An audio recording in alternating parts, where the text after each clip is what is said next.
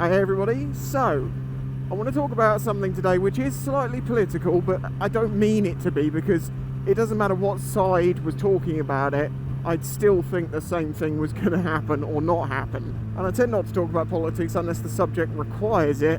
And also my views are pretty all over the place, because I generally believe in freedoms and stuff like that, but I also don't like it when people can be complete idiots and just get away with it, you know. I think as most people, we kind of find ourselves somewhere in the middle. And in reality, I don't think it's anything to do with the players that are our problems, it's the game itself. That's what we need to change. Not the players, but the game. I just want to get that out there first, because I do not intend this to be some political debate. It's just talking about this absolute rubbish. So from what I've seen, it is suggested that Liz Truss turned around and said if she were to be in power, she would look to remove smart motorways, as in smart motorway lanes, which is where you basically turn a hard shoulder, the safety area of a motorway, into an active lane that you sometimes use and sometimes don't use. So of course people naturally try and use it anyway, and then cars slam into them at 70 miles an hour. It's a terrible idea, it always was, and the only reason they did it was because it was cheaper than adding another lane onto an already struggling road network, in my opinion. But both sides said they would do the same, and it makes sense that they would do that, because everyone's behind that pretty much, I think. From everything I've ever heard from anyone, smart motorways, rubbish, get rid of them. But she's also suggested that she would remove the speed limit from motorways and turn the speed limit on the motorway into a suggestion, but you can go above that should it be safe to do so. Of course, this is basically a little bit like an unrestricted autobahn, in the idea that you can go pretty much whatever speed you want, but if you do something dangerous, or you're doing something that speed dangerously, you are still legally responsible. I mean, in reality, we all know the speed limit is 70 on a motorway. What do people generally do? 75, 80, 85, 90?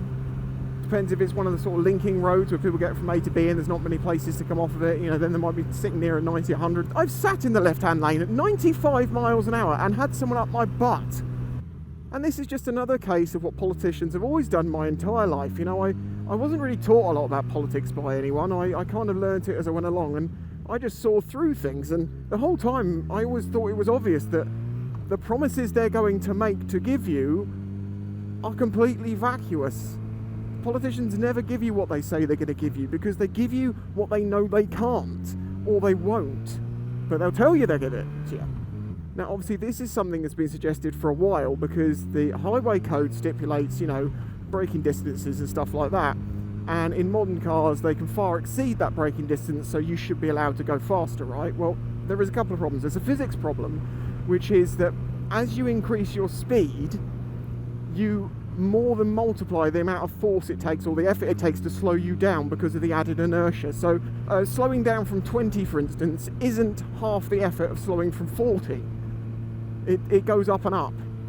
What the police would say to that, to my understanding, or at least the health and safety bods, would be that, yes, but people's thinking time has never changed. And in my opinion, it seems like maybe people's thinking times has got longer, because, or at least less people paying attention, because of, all the driver aids in cars, and the fact that they've got their phones there to distract them, and all of the comforts in the car mean that you can get, and also obviously 70 mile an hour is pretty boring. You just sit there at 70 in a car, comfy, warm, you can kind of not pay as much attention as you maybe should do. And this is how a lot of accidents do actually happen. You're stopped in the middle of the road. Do you want to indicate the direction you'll go? No. I mean, put it this way, if they did, de-restrict the motorways tomorrow, how many crashes and extra dead people do you think there would be? Now, I'm not saying that it can't be done safely. I'm just saying I don't believe in the ability of the average driver to drive at faster speeds. They have enough problem doing 20. I mean, around here, most of them can't do the speed limit as it is. They drive at 20 mile an hour in 40s. They brake on every single corner. They don't indicate. They literally, it's like they can't drive. So the idea of these people going from 70 miles an hour up to, 90, 100 miles an hour is just preposterous.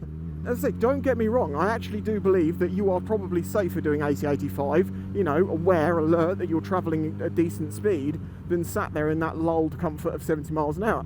I do think that's a thing. So, as I say, I can understand why it's a good idea, and I can understand why people want it.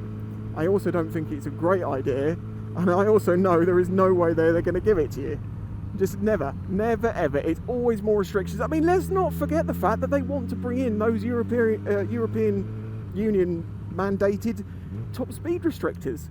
I mean, they don't stop you from going faster, but they give you warnings and be like, you're going too quickly. And it basically is like signing a contract to your own demise when they finally catch you, or when they do catch you, and they're like, so you were speeding. Not only were you speeding, you knew you were because your car told you were speeding.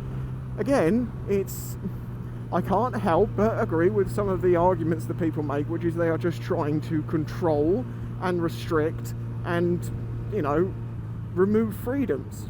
So as I say, for that reason, there is no way they're going to do this. Never, ever, ever. What do you think? Please do leave your comments below and try and keep them to the video and not just some political rant. As I say, this is more a logistical issue rather than... Let's just see it as a logistical issue rather than a political issue. Is it a good or a bad idea having children on electric scooters on the road?